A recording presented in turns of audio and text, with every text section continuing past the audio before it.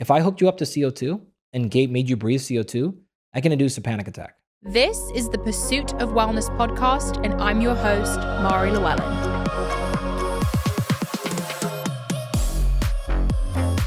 Do you hear the word toned a lot? Yeah. It drives me crazy. Yeah. I mean, we've been in this field for 25 years academically. That one comes with the territory. What do you say to someone who's like, I want to be toned? What does that mean? Yeah. What do you want? What do you not want? Don't tell me the word. Tell me what you specifically want to see and don't want to see. Well, they want like abs and they want some muscle. So They want muscle. Great. So then we say that. You and I know that you don't know what that means. Right. Like, it doesn't mean anything. of course it means nothing. It means nothing. It's like a marketing word. Of course. But what do you think of the Pilates Princess movement? Do you know what that means? I could not have less an idea what that means. Okay. Pilates princesses are girls who only do Pilates. Oh, okay. What do you think of that? Well, I mean, the answer is pretty predictable there. Mm-hmm. Pilates has been around a long time. I'm not familiar with this princess concept, but I mean, that's fantastic. Yeah. We will use Pilates-inspired things often. Mm-hmm. There is a lot of great stuff in the global Pilates movement thing. I would say the same thing, though, if you said you were going to do only and fill in any other fitness term, company, approach. I would say you're going to have limitations. Always. Pilates has limitations. That doesn't mean there's not some goodness in there, but if that's your only jam, we're clearly going to leave a ton on the table. It's also the least not Pilates itself, but what you just described to me is the least scientific and the least precision coaching you could possibly do. I mean, imagine you came into me and you said, great, I want to be coached. And I would say, okay, do you want a program that like, I don't even know anything about you and like everyone in this whole room does the same thing? Or would you like me to give you a specific program based on exactly what you want? Most people are going to take option B. Yeah. Right? So why would you think you're going to get a great outcome if you literally by definition know that everyone else in the whole world is doing the same thing? Mm-hmm. Oh, because what's the issue here? Is it like, well, I can't afford a personalized, okay, that's not an answer. We want a personalized program, right? So I wouldn't advocate anybody going on a general program like that. I would say the same thing about sleep. I would say the same thing about nutrition. Don't come in and tell me you're going to do fill in the blank, Mediterranean, keto. I don't care. It's nothing against those approaches. It's saying, why would we take a system like that and be withheld to the limitations of that system? Almost like pigeonholing yourself. Totally. You're intentionally pigeonholing yourself, yeah. Right? It makes no sense whatsoever when we can say, okay, great. What are you trying to get done? What's the goal? And then, is this the best approach for you? It may be. Yeah. Clearly, there's a lot of benefit there, depending on what stage you're in. And there's lots of arguments for the systems, but like going in and saying like, I'm only going to do this. Like, great. If you want to leave gains on the table, be my guest. So are you generally recommending people strength train? Of course. Have you heard of muscle mommies? Oh my gosh. I have not. This is something I love doing when men come on the show. I have to bring up all the phrases. I'm learning so much from you. Yeah. You could like name programs like the Muscle Mommy program. Like Dr. Gabrielle Lyon is a muscle mommy. Mm-hmm. You know, that's a perfect example. Okay. She's definitely both of those things. Yep. She's very much a mommy and very much a muscle. But it could also apply to someone who doesn't have kids. They're just like super muscular. Okay. So is that like a group on Facebook, or are we talking like this is just a colloquial expression? If I saw a girl walk past with like delts and glutes, I'd be like muscle mommy. Okay. Yeah. I'm gonna be real honest with you. I'm very down with the muscle mommy movement. You didn't have me with the Pilates princesses, but you got me with the muscle mommies. I agree. I think that's the vibe. And I think girls are starting to catch on that it looks really good. Yeah. But also you're healthier when you have more muscle mass. Yep. I think the confusion for a lot of girls is the amount of weight that's needed. Because I think with Pilates, they feel this, I don't know if you've ever done it, but you feel this like crazy isolated pain in one area. So they're like, oh, this is growing my muscle. In the early 90s, mid 90s, all the way up through like the early 2000s, we still very much dealt with strength training. These anaerobic things were a mill, right? Yeah. No matter how much we fought that battle, there was a couple of problems there. Number one, there was not a lot, female sports were still not accessible media-wise, right? It wasn't actually until recently where female sports had really any TV time coverage, stuff like that. But even if you go back to history, women didn't even start running the marathon, start doing other activities like this until decades after men did, right? And then the participation numbers were tiny. This was growing scientifically, but you had a whole generation of females from that 1990s who were like, well, I'm kind of getting into strength training. I'm kind of getting into these things. I'm getting into sports. But there wasn't social media. There wasn't media out there. Well, these people turned into MDs and strength coaches and scientists. And now they're 30 and 35 and 40 and 45, and they're the Gabrielle Lyons, right? And now but these are girls that got inspired in the 80s and 90s to do these things. It's now coming to the forefront, which is great because we've been arguing this. And when you asked that question earlier about toning, I'm like, oh my God, like for 25 years, we've been fighting. Fighting the toning war. Sure. And it never worked because it was dudes like me telling girls like you that don't worry, you're not going to get bulky. Yeah. Which is not effective at all. We needed honestly, those female scientists and stuff to start coming forward and being the face of those movements. That's largely happened. Mm-hmm. And so the Muscle Mommies is probably a reflection of the last 5 to 7 years of folks like that and Abby Smith Ryan and all these other folks coming from these different communities and saying, I've been lifting my whole life, look at me. And you're like, oh shit. Yeah. Huh, you don't look like what I thought I was going to look like. If you do want to look big and jacked and bulky, I don't care as a female. Like, again, you define what is good or bad. Like, I don't care at all. And I don't think Gabrielle would care at all what people say, right? So you tell me what you do and don't want to look like, and we can program to that. It took a while for us to come from the female voice. You throw on top of that such mounting, colossal amounts of peer-reviewed, high-quality scientific evidence for things that touch female pain points. And then you started getting belief and buy-in. And so I think we're probably right at the beginning of that climb because, yeah, you will definitely see more there. And men have been saying this for a very long time, but some men don't like muscular women. A lot of men do. So I think, this is certainly how I'll raise my daughter and how my wife is and how she'll raise her is like, you look however the fuck you want. There will be some man who cares about you if you care about that. Mm-hmm. But you don't have to worry about playing sports because you're too worried that like boys won't like you. Yeah. That will happen, of course, but I mean, you sure hope like every amount of education we can instill in them is like that should never be a reality that you have to deal with. Mm-hmm. If you want to be strong and get all the health benefits of that, we can do that in a way that doesn't make you look how you don't want. If you care, or even better yet, hopefully you don't even care. Hopefully you just look how you ever want to look that makes you happy and healthy. And we can, hopefully by the time my daughter is at that age, that these things don't matter as much.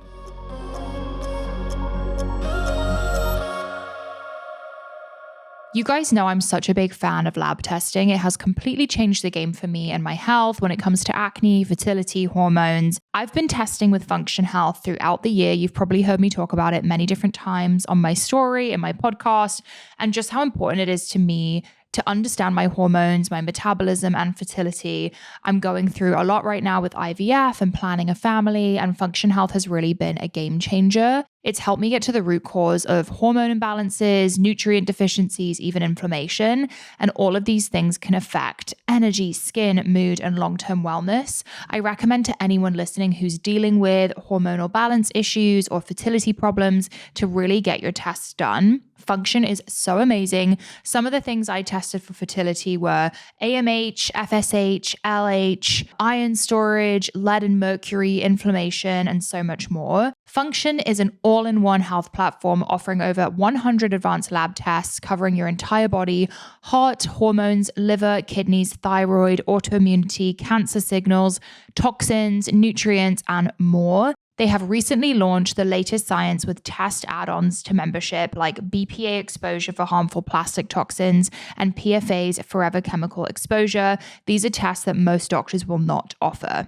They have over 2,000 locations for lab visits, and it's only $4.99 a year, which is $1.37 per day. I think there's no better investment than into your health and knowing what's going on in your body. Skip Function's 400,000 plus person waitlist and go to www.functionhealth.com/a/Mari-Llewellyn and take control of your health today.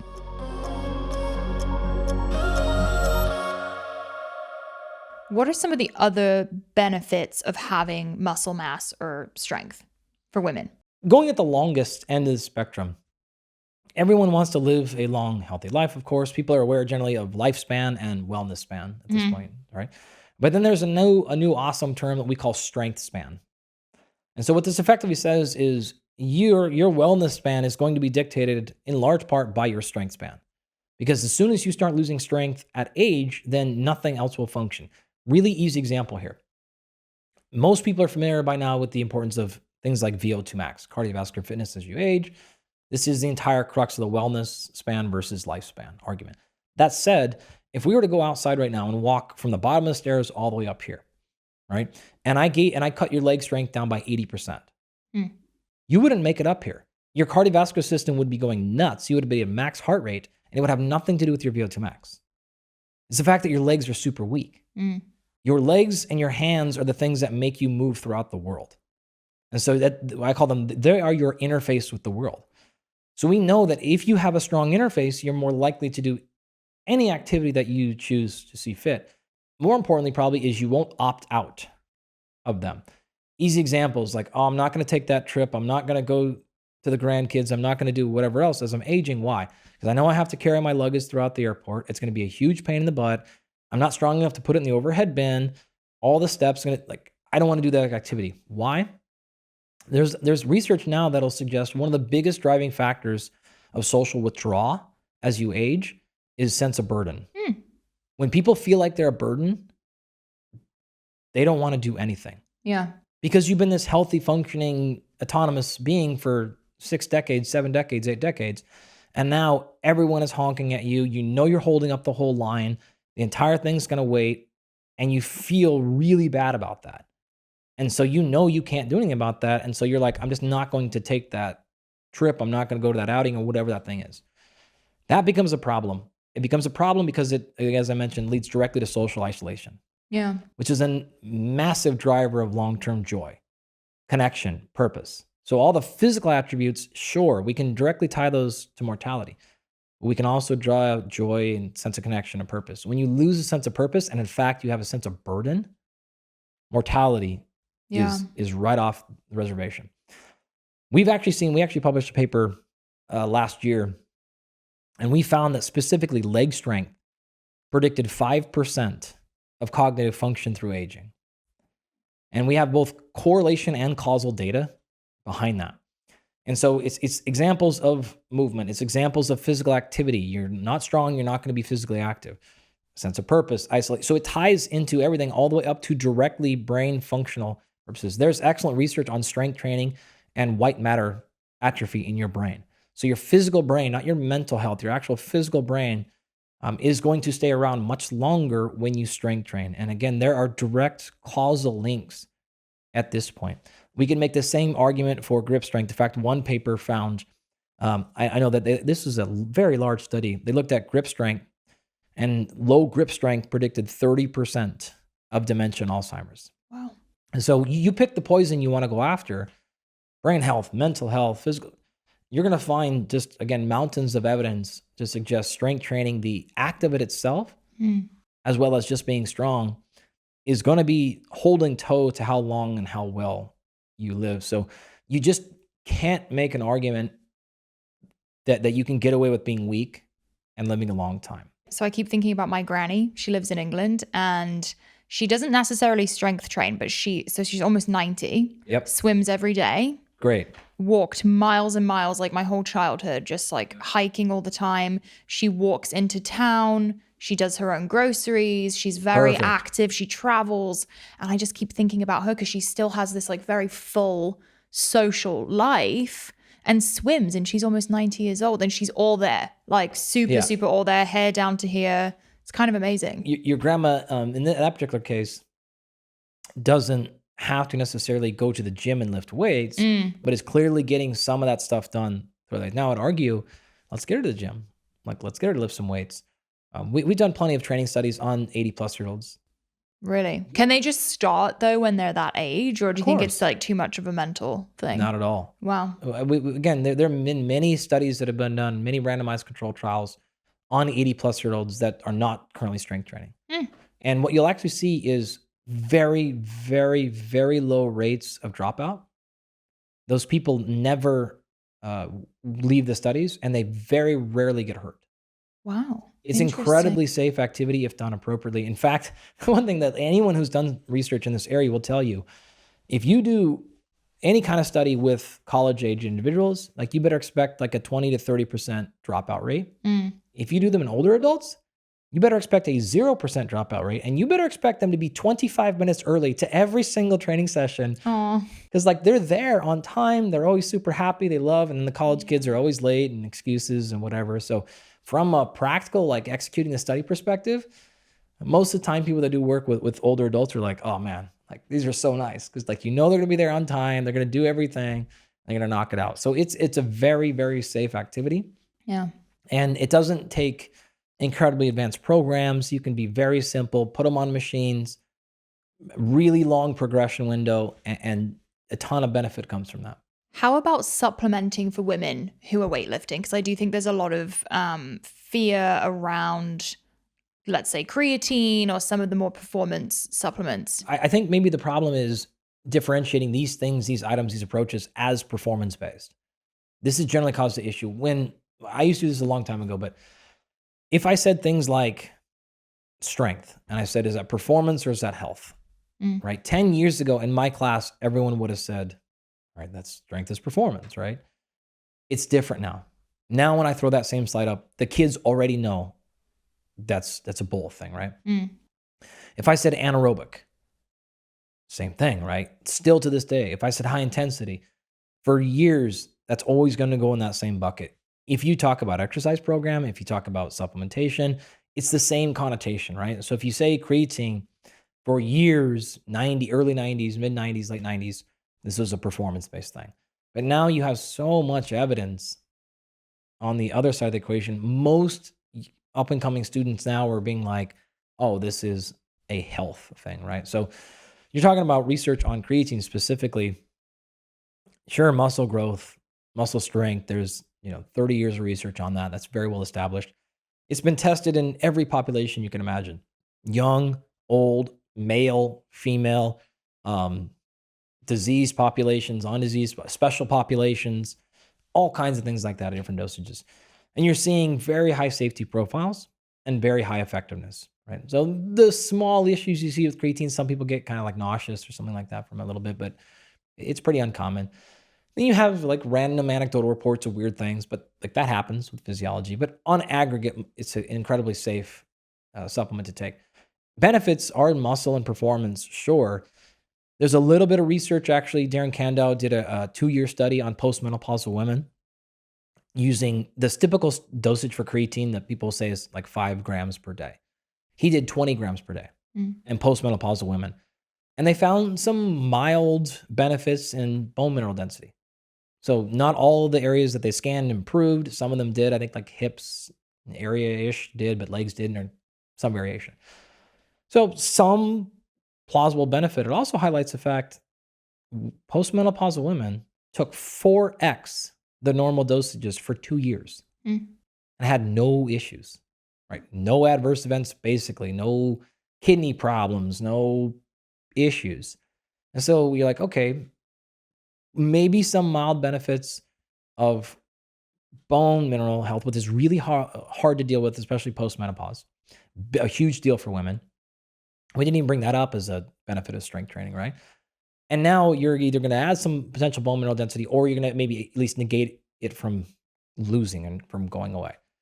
And then there's research on things like mood, brain health. There's some research, recent stuff on cognitive function, on long-term brain development, mental health. It's a little bit of anti. So you have so many benefits in so many areas with a high safety profile that's been tested in multiple populations and countless labs for decades, that it starts to make become a really hard argument that that's a performance. It's just a life supplement. It's a really high, and especially when you think about what it actually directly does. Yeah. Past that, you can get into any supplement you want, and like on the surface, you might have this mythology that it is a performance supplement. But in reality, it is the biggest bang for your bucks are going to be the things that remove the most amount of performance anchors. So what is needed specifically based on your physiology? What are the limitations in your diet? Okay, can we then solve maybe some holes there with supplementation? Getting any supplement from whole food first is always a landslide of a win. But if you have to use them, we'd recommend either sticking to the basics like that, and I could certainly add more to that list, or if you're going to add more, make sure that they are very specific to your physiology, very specific to your blood work, very specific to some limitation you're having based on a choice you've made with your exercise or something else. Because outside of that, then you can potentially run into issues. But the kind of high profile, high safety, high benefit ones are there. So performance versus health, like it's not really that different, to be honest. I think women think creatine's going to bloat them. It can a little bit. I'd say that temporarily, if you give any person any supplement, yeah, some people will come back and say, this hurt my stomach. Yeah. I mean, you could give them a placebo and some of that would happen. So is it possible that some women might feel like watery or bloated from creatine? Yeah. But also, like, again, we could give you any food and that could happen. So if you're saying like on aggregate, is it a moderate risk? No. And do you see that reported a lot in literature? No. Have I given like hundreds of women creatine? Yeah. Have we had a huge problem with it? Not at all. Okay. Have we ever had some women come back? Sure. We've had some men come back and say that too. We've given people chicken and they've come back and said it made blood. Like, so it's not any different than like almost any other substance. So I'm saying that because I'm very sensitive. When somebody comes to me and says, I started doing A, B, and C, and then this happened, my general default is I believe them. I'm not like, oh, yeah, whatever. It's like, keep taking it. And it's like, oh, my stomach is cramping. Like, nah. Like, weird stuff happens. Yeah. But it's pretty rare for us to hear that complaint. Do you have specific recommendations for exercise for women who are pregnant or postpartum? Okay, this is a great question. That's not my expertise. Of course, we went through this when my wife was pregnant both times. There's a lot, what I can say is there's a lot of really cool research coming out right now in this area. So the whole menopause and pregnancy stuff is getting more work. Hopefully that makes people happy. Yeah. People are pissed. Yeah. And actually just like a week ago, they announced another $500 million of funding for research in those areas. Wow. So hopefully more of that stuff comes. We're actually in the middle, we're trying to raise funds right now for a sleep study through the menstrual cycle. Wow. Project awesome. We're working on, which is stunning enough, but there's very little data on sleep throughout the menstrual cycle. Wild. Totally stunning, right? Because I have some nights I feel like I am not sleeping and it's completely random. Like my routine's the exact same and I think it's hormonal. We're going to see. Yeah, we're going to see. Yeah. So we're active. My student Zoe right now is like, we're finishing up study design on that project right now. Oh, one of your students doing it? Oh, yeah. Oh, wow. That's amazing. Yeah. No, yes, it's going to be her master's thesis. We're doing lots of stuff because it's a really interesting question because now we have the technology to do that. The Oura. We will most likely use Oura simply because we can get a handful of things like temperature. Okay. And a lot of women actually track their cycle with an Oura anyways. Yeah. So if those folks in the study, we can go back and see a lot of their historical data, which would be super effective. So we'll probably use that, but we won't use it for any of the sleep data. You'll have them sleep in a lab? No. Okay. We actually can run full clinical grade, FDA approved, highest fidelity technology possible sleep on people from their homes. That's probably the best, right? Because they're getting the actual sleep sort of environment they'd 100%. be in. Okay. And we do that without any wires. Wow. So you never have to go to a sleep clinic ever again.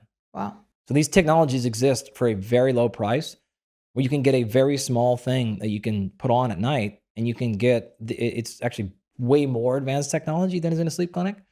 And instead of checking kind of like a sleep score in the morning or something, you can get a very legitimate sleep study done in your room. So I'm biased overtly. This is technology I built. Are you selling it?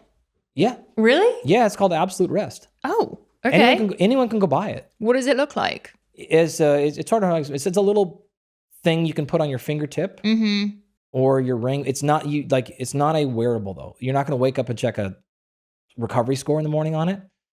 All those data actually go back directly to our sleep physicians and sleep scientists. It gets analyzed and then sent back, and then you get actively coached through that program. Wow. So it's not a daily sort of tracker. Right. It's like, it's serious. Yeah. Very legit.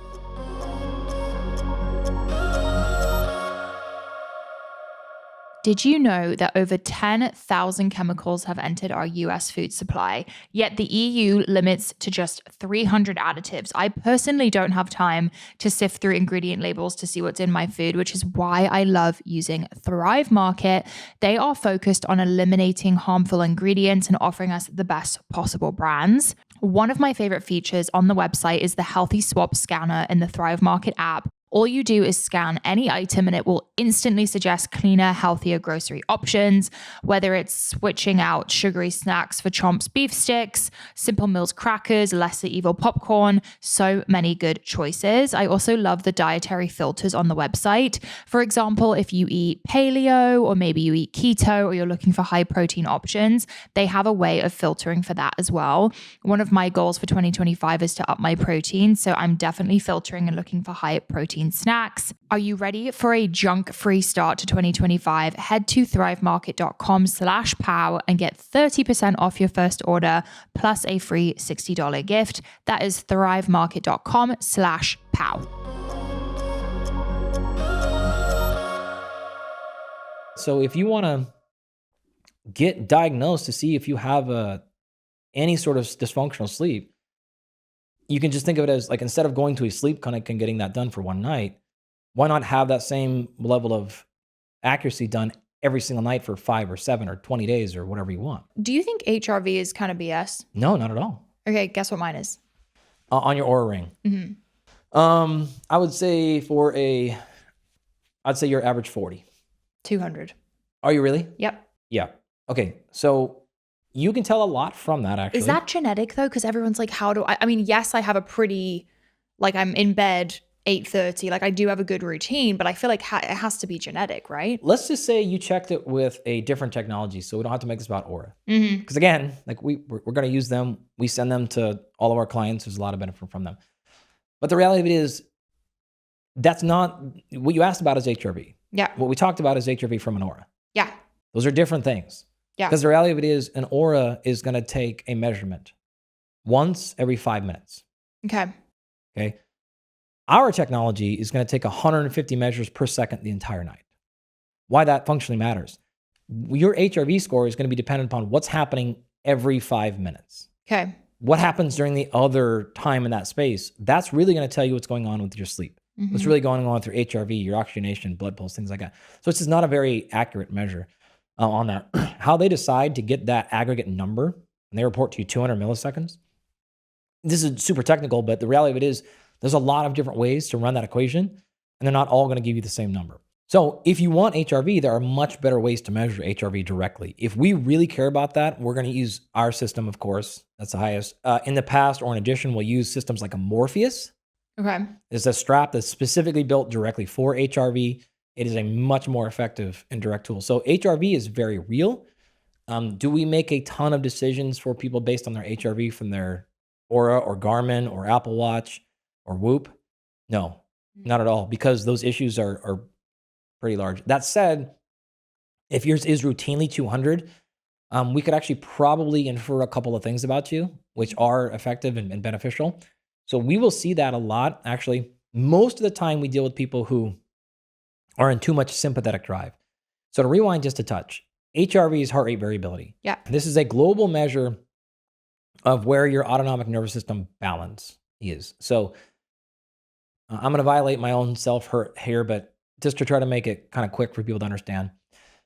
You have your autonomic nervous system. You can put this into two places. One place is sympathetic drive. This is fight or flight. Sorry, this is fight. So sympathetic, parasympathetic is downregulation, rest and digest, right?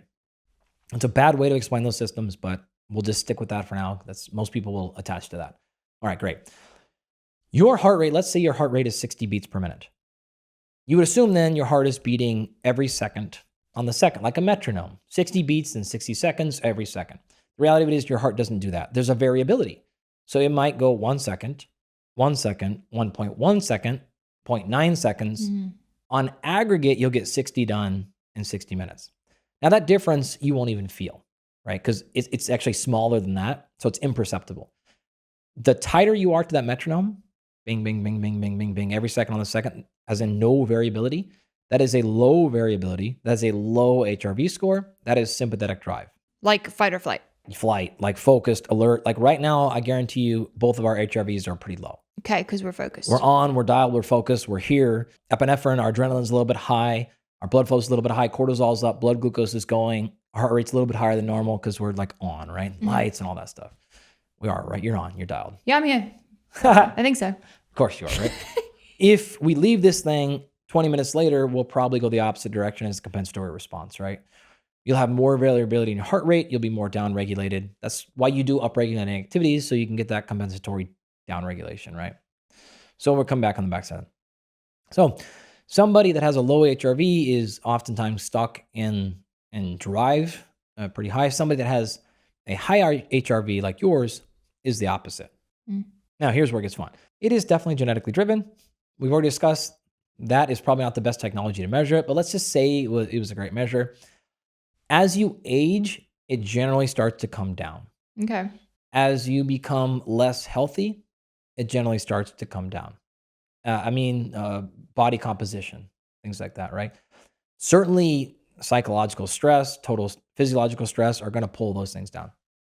I'd say 95% of the time, if we have HRV issues, it's that end of the equation. People with really low HRVs, an equivalent number on an Oura-based thing, if you're 40, if you're 30, if you're 20, like those are very actionable things. Let's say that it's a little bit inaccurate. Who cares? If you're 20, that's still very, very low. So even if that number is off by 30 or 40, you're still that's a pretty low score. There may be some genetic component there. There clearly is, but I can then look at other metrics, a handful of other things and say, okay, this is actually a real thing that's happening. Okay. That said, probably 5 or 10% of the time, we do see the opposite problem, which is really high parasympathetic drive.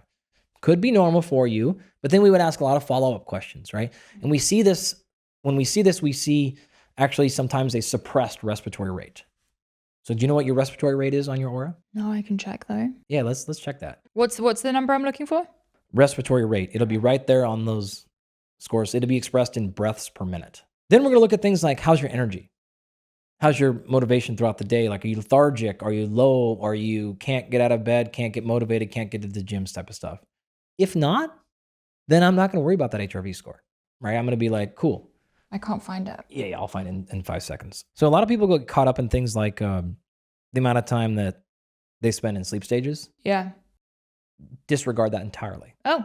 For normal wearables. You care more about the full time. No, full time is fine. That's great. But what we're really looking at is the amount of amplitude you're spending in each stage. Mm-hmm. That's going to be telling. So if you're in deep sleep for 40 minutes, but you're in a really high amplitude, then it's probably totally sufficient. If you're in deep for 2 hours and the amplitude is low, if there's more of these disturbances within that, then that's when you're going to see problems. Respiratory rate. Okay.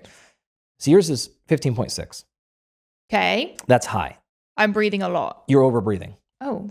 Most definitely, right? Now, generally, you'll see respiratory rate and HRV sync up. Okay. So generally, low HRV, high respiratory rate. You have the opposite problem, right? Yeah. So your respiratory rate's high, you're over breathing. That's caused by a number of things and can lead to a number of bad things. We definitely want to bring that down.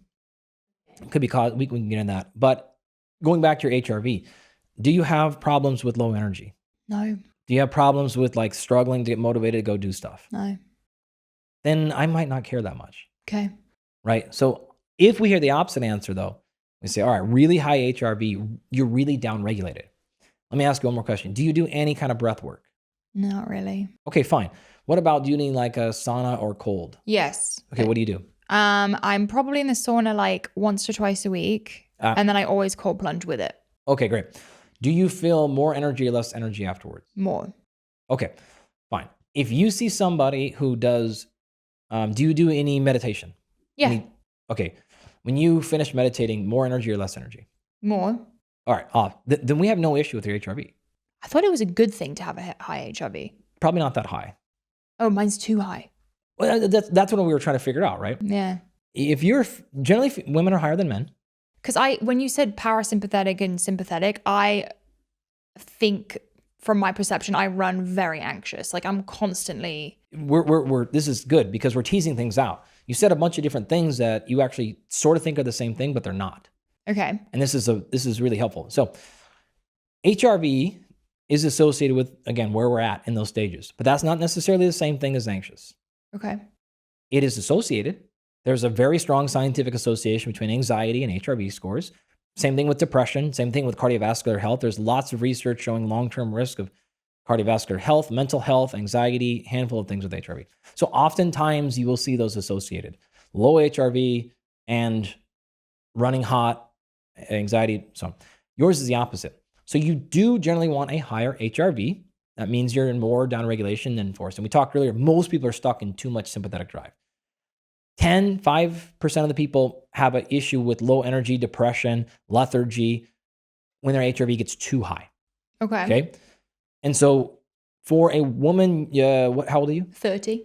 Okay. Young, healthy, lean woman, your HRV is probably generally going to be higher than most. 100 plus would be a pretty normal number. Maybe a little higher. If you're 120, 140, 150, I wouldn't worry about it. If you are 120, 140, 150, 170, 200, and we were having any issues with low energy, with depression, with like, I do meditation and I feel worse. I do downregulation breath work and I feel worse. I do sauna stuff, I feel worse. Then we might think you're actually stuck in parasympathetic drive too much and you are overly downregulated. Okay. You don't have low energy. You are literally just stuck in low energy mode. You don't need any more downregulation. These folks will breath work themselves to death and feel terrible and keep feeling terrible, can't get to the gym, workouts exhaust them. They're stuck in sympathetic drive. They need upregulation. They don't need any more downregulation. But we ran a bunch of things on you, and this is exactly how we coach, by the way. So for you, I don't care what the data generally say. What I'm looking at you is running through our list of stuff, what we know about you, and going, okay, I don't care about it. Yeah. I'm not going to make a coaching decision based on that metric. That was screwy. That's really high. I've seen it before, but uncommon.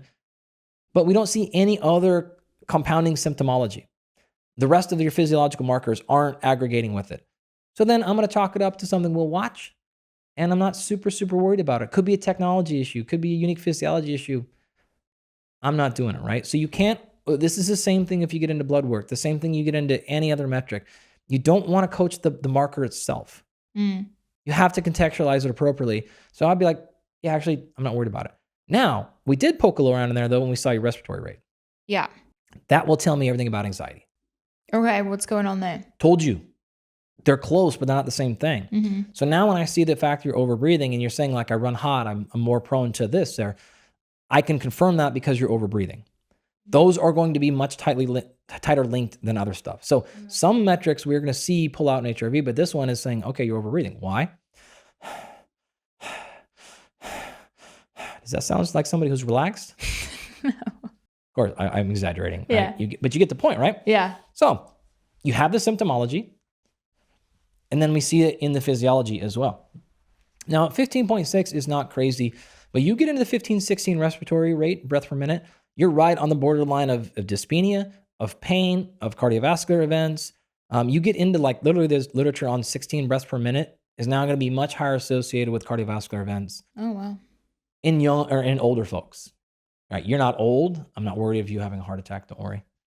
But you clearly say like, okay, this is an overbreathing pathology or you're getting close, right? Okay. I'm not a medical doctor. I don't care about medical thresholds. So just because you didn't hit a medical threshold for hyperventilation, it's still clearly suboptimal.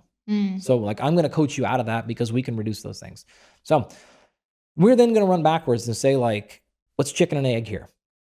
Because you can give yourself anxiety right now. And people have been doing this in psychology research for 40 years. If I hooked you up to CO2 and made you breathe CO2, I can induce a panic attack. I can cause that to happen, right?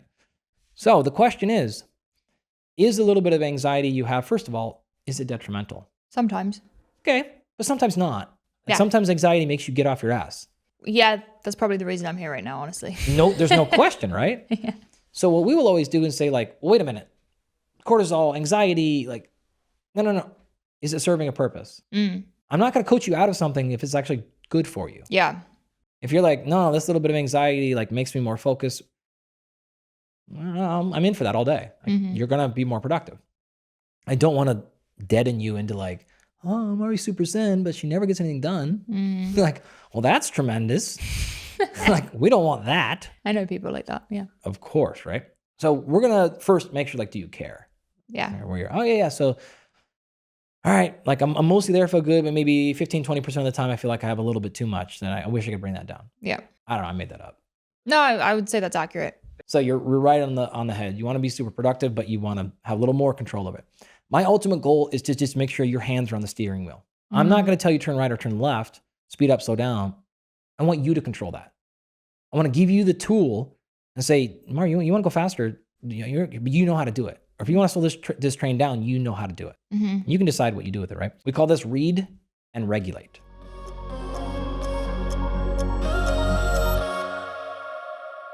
With the new year comes an opportunity to reimagine ourselves and, more importantly, our wardrobes. This year, I am looking to refresh my look with quality pieces while staying on budget. And I can, thanks to Quince. I've been doing a lot of shopping on there lately, and I highly recommend the Cozy Mongolian cashmere sweaters. They're from $50, amazing prices. And there's also no better workout motivation than new activewear. They have moisture wicking bras and leggings that are designed to move with you during your workout. However you choose to refresh your look this year, Quince pieces are priced 50 to 80% less than similar brands. They are able to do that by partnering directly with top factories, cutting out the cost of the middleman and passing savings on to you. They only work with factories that use safe, ethical, and responsible manufacturing practices. And of course, they use premium fabrics and finishes for that luxury feel. Upgrade your closet this year without the upgraded price tag. Go to quince.com/pow for 365-day returns, plus free shipping on your order. That's QUINCE.com/pow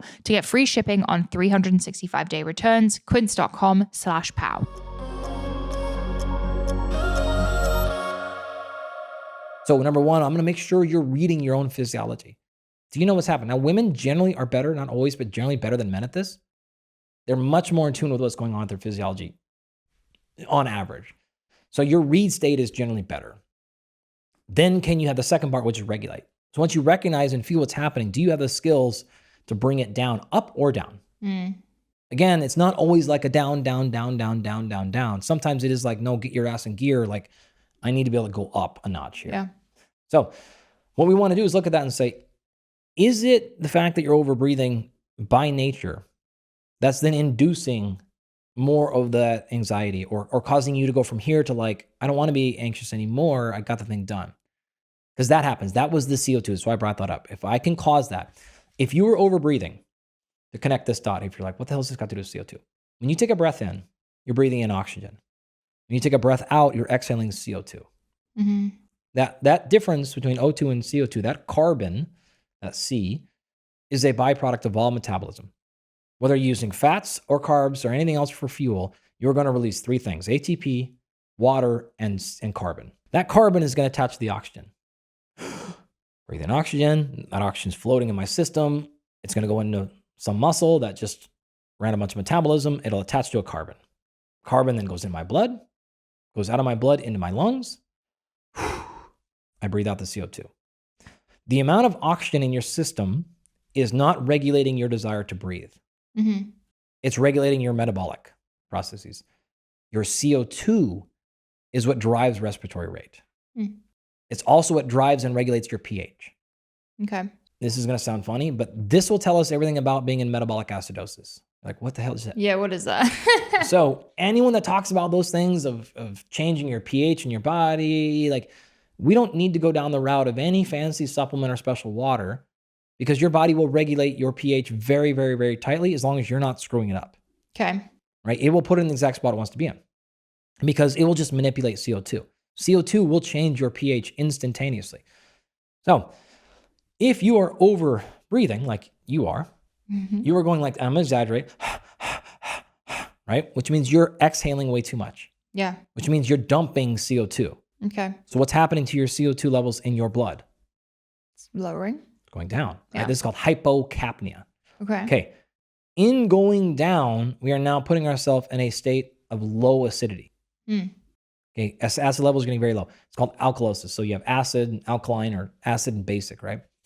So this is what we call respiratory alkalosis. Okay. I use my respiration to put myself into a low CO2 state. If you do this at home right now, if you just go, do like 10 breaths, you will feel different right now. You'll feel tingling or maybe hot. You'll start sweating. Keep going for 30 seconds and you will feel like your eyes get all weird. That's how quickly CO2 can change your physiology. So when I say if I pump you through a bunch of CO2 right now, you can immediately go into a panic attack or anxiety, like some other thing, because CO2 gets really high. There are baroreceptors in your brainstem that are going like, whoa, whoa, whoa, whoa, whoa, whoa, whoa. CO2 is getting super high. If it feels like it's getting high, it's going to tell you to bring it back down, right? If it's low, it's going to have you go. Don't exhale. Let it build back up. Okay. It's trying to regulate pH. So if you're overbreathing, it is continually being low. Your respiration, your breathing rate is no longer matching your energy demands. Okay. You're dumping more CO2 than you need. That puts you in respiratory alkalosis. In response to that, your kidneys will put you into metabolic acidosis because it needs to balance the entire system. Okay. So now we're seeing acid regulation. We can test this a bunch of different ways, the CO2. We can do this in a CO2 tolerance test that takes seconds to do. We can do this in blood. We're confirming this a bunch of different ways. We'll see this in hydration status. We'll see this in mental clarity. We'll see this in anxiety. We'll see this in breath. We'll see this in a ton of different areas, right? Because physiology is physiology. So again, we won't treat one marker. We're always going to confirm where it's going. So by doing that, now imagine this. You are over breathing. That's happening. Does that sound like, again, relaxed or stressed physiology? Stressed. Boom. What happens in response? Cortisol is going to be released. Cortisol is going to be released. What's going to happen to blood glucose? Goes up? Goes up, yeah. Stress response, it's fight or flight. Okay. Okay? Yeah. I'm putting you in that state of saying, be prepared. Now, I want you to do that and now go fall asleep. Super challenging to do, right? Yeah. It's not going to happen. So if you're constantly overbreathing, you are constantly being set in a state of be ready for fight or flight. Yeah. Okay. Now, oftentimes folks like this, again, will fall asleep pretty quickly because they're very tired throughout the day because they burned energy all day because they were anxious. Yeah. I feel like I fall asleep relatively quickly. Yeah. You did. Your latency was okay. Yeah. On there. Yeah. Sometimes folks like this, they'll like have a hard time staying asleep. If they wake up, they'll never get back to sleep. But the reality of it is that's doing it. So was it the initial overbreathing that then causes or exacerbates a little bit of that anxiety that you're feeling? Or is it the opposite? Because if I put you in anxiety right now, psychologically, if you had nothing else going on and we have those cameras rolling on you, we would see two things happen. Your mouth would open and you would immediately start breathing through your mouth more and your ventilation rate would go up. Okay. So breathing can induce anxiety or anxiety can induce the overbreathing. We would have to figure out what is actually driving that, break that cycle, and then let the respiratory rate catch back up to where supply meets demand. And now your state will be in a much more controlled environment, right? Yeah. So to kind of wrap all that up, again, I don't want to take that away from you. That's a gift. I just want you to have control and recognize being like, oh man, I have a lot of anxiety or whatever the case is. I feel myself. That's read. I read it. I saw it. Now I don't want this anymore. How do I back myself back out of that? That's ultimately all I care about. So if you feel that, but then you feel like, no, like I'm on right now, like I don't want you to back out. Yeah. Maybe double down, maybe go harder, right? This is your exercising. This is you're trying to get stuff done. You're in a hard call. You make tough decisions, whatever the case is, right? You're kind of getting sleepy and tired, but you got to get this work done. Like, let's go, Mark. Let's figure it out. Like all these things, right? So it's those two sides of the equation. The reason this can happen a lot of times for folks like you is it's hard to take threat detection away when it's been around there for a long time. Yeah. So hard chargers, people that have been through trauma, people that have just been in high stress environments, high stress jobs, sometimes parenting can do these things where you probably need to be a little more sympathetic drive because you're making flight decisions or you're making like hard. Okay. Once that threat is gone, the kids grow up a little bit, the injury goes away, you stop drinking, you exit and sold the company, now you got all the money and you're relaxing. Well, if you don't actually relearn that down regulation, that pattern will persist. Totally. It happens if I'm on vacation, like regardless. Of course, right? Yeah. So now we just need, you clearly are reading those signals. We just need to teach you how to throttle it down when you want to throttle it down. Yeah. Watch that respiratory rate come down. You'll be more present, more energy throughout the day, and be able to focus more. Wow, that was really helpful. I had no idea that I was breathing too fast. It's like a little bit of a therapy session, but for physiology. Now I'm like overly aware of how quickly I'm breathing. And then we probably just made it worse. Yeah, now I'm hyperfixating. I'm like, slow down. Okay, well. Easy. Just breathe through your nose more. I feel like I do breathe through my nose. I don't use mouth tape or anything. Yeah, I mean, you don't necessarily have to. If you don't know if you're doing it right, you can try, but. My husband has the full setup, like nose strip, mouth tape, eye mask, like he's out. So that is one passive way to go about it. But the reality is we probably just need to give you actual direct tools to use to bring that stuff down. It can be breathwork related if you want. I've done breathwork before. Why does it make you cry? Okay. It doesn't make me cry. So don't accuse me of that. It does or doesn't? No. Oh, okay. Well. No, but it makes that happen to a lot of folks. Yeah. Physiology and psychology are tied together. Yeah.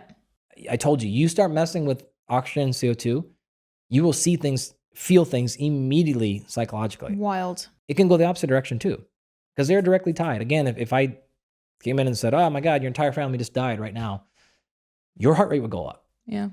There's nothing to do with energy demand, right? And if the opposite happened, I just said, hey, congratulations, you just got $100 million. Like, heart would go for a little bit and then you'd be pretty zoned out. If I did the opposite and put you on a physical stressor, your psychological state would go. Your eyes would dilate, or they would focus, right? Things change if I'm like, man, we're sprinting. If you mess with physiology, you're going to mess with psychology. Like, why does it make some people cry? Because you're directly, those are the chemical signals to your brain that say switch psychological states. Yeah. So one of the reasons we'll use ice a lot is because we can induce a physiological terror response, and then we can work on the mental response to that. So we can work on a lot of, this is a horrible phrase, but we'll call them psychological things without having to put you in a psychologically dangerous spot. And so it is simply understanding that relationship and saying, what if I put the stressor in the physical side? We stay away from that targeted, triggered area. We'll put the stressor on the physical side, whether it's exercise or breath holds or thermal stress. And now we can work on stress management, stress regulation, stress treatment. We can widen the resilience of the psychological response, but it's too touchy over there. Let the clinical psychologists and therapists and psychiatrists like do that stuff, which we're not skilled at, me, right? But we can do it in this area. Yeah. That's why you will always see that response. So we have seen many, many people have that response or similar. Other folks don't, like I don't, but plenty do that. So those are physiology and psychology. Like we always joke, my friend Brian says this all the time, but like psychology is just misunderstood physiology. Yeah. It's like apologies to all you psychologists out, but you get what I'm saying. I see that. I mean, I've been through my fair share of mental health issues, and like exercise and food completely changed my life. Okay. So like why? Why do people have such a strong, why is there such excellent research on the positive mental health benefits of physical exercise? This is exactly what I'm talking, like you'll see this manifested in a lot of different ways, but you really are just saying the same thing. When you are physically exercising, your metabolic rate is going up, which means you're producing more carbon. Yep. Right? That carbon dioxide concentration is going up. If you're over breathing all day and that has continually been suppressed and now you elevate it with exercise, what happens? You're actually back to normal. Yeah. So why are we surprised then when we see a different psychological state in response to those things? We see this routinely. When you have, this is also people who struggle to skip an exercise session. That was me for so long. Of course. Yeah. Why? Because you didn't feel normal until your metabolic rate actually started matching your respiratory rate. And then you felt normal and good and calm and focused, right? Yeah. Of course. And then you're like, I don't ever want to not feel that. That's the only way you feel normal, or phrase it however you want, every day. Yeah. So you are addicted to that feeling because that's actually normal state. Yeah. And now you just need to then, you've learned to kind of deal past that a little bit. But if you were to bring your breath rate down at its current state, you would feel that constantly. So as much as we love exercise, when we see things like that, it is making sure, okay, all right, like we've seen this story before. It's a compensation mechanism if you want to think about it that way. So yeah, we can get back to it. That's why breath work can make you feel those ways, is because those systems are not that different. It's still chemistry. right? You play with chemistry, you're going to see a psychological response. I mean, I have a million more questions for you, but I think I have to wrap it here because otherwise we're going to be here for hours. Yeah. Thank you so much for coming on the show. Where can everyone find you online? And where can they get the sleep thing? Or where can I get the sleep thing? Oh, sure. The sleep thing can be found at absoluterest.com. Okay. That is open we've been sold out for a very long time. Oh, okay. So our big program is a little bit limited, but the smaller program is 100% open. We just actually opened up pretty recently. So you would use my data to help with the study? Yeah. So what would actually happen is you would be sent a very small device, and you can hook it up and get going, and you could do that for as long or as little as you want. Then your data will go back to very high quality scientists and sleep scientists and folks in that. All that'll be analyzed, interpreted for you. You'll be told what's happening. Cool. At a really high level. So it's not only like, do you have apnea or not? All right, folks that have been to a sleep clinic, like, oh, they told me I only have mild apnea or whatever. It is far more than that. So at the highest thing, it is environmental analysis. So the quick rub on this is any sleep testing is at best going to tell you how you're sleeping. How many hours did you get? Did you wake up? Great. But they don't generally solve problems because they don't tell you why you're sleeping that way. So what we do is say, okay, great, we'll do the sleep test. That's fine. We'll get all that. But then we're going to run the environmental scanner. So at that night you're sleeping, you're going to have a full scan of CO2, dander, pollen, allergens, light, sound, temperature, mold, like whatever is in the case, right? So you're sleeping this way. Was it because of something in your environment? Got it. Fun fact, we just talked about CO2. What do you think happens when CO2 gets really high in your bedroom? Breathe really fast. You breathe it right back in, right? Right, yeah. And then what happens to your sleep? Destroyed. Can't fall asleep, can't stay asleep. So you can do whatever meditation and things you want. You can do all that. But if there's a super high amount of CO2 in your bedroom, you're going to have sleep issues. Got it. This has nothing to do with whether you have apnea or insomnia or anything like that, right?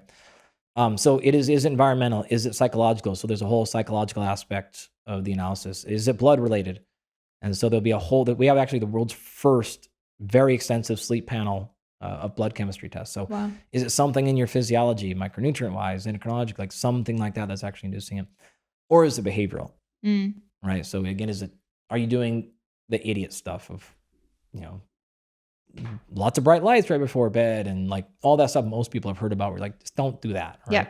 But it's generally not that simple. So is it positionally based? So is it only happening on your right shoulder or your left shoulder? Like there's all these levels of details that people can get done for generally, 10% of the cost of a sleep study. Yeah.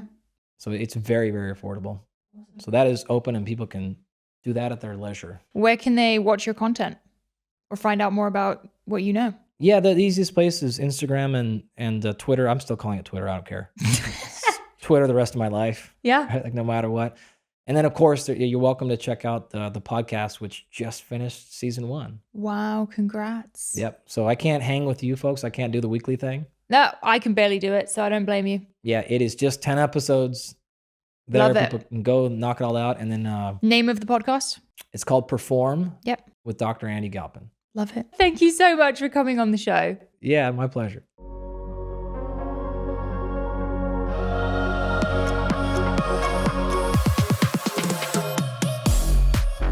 The content of this show is for educational and informational purposes only. It is not a substitute for individual medical and mental health advice and does not constitute a provider-patient relationship. As always, talk to your doctor or health team.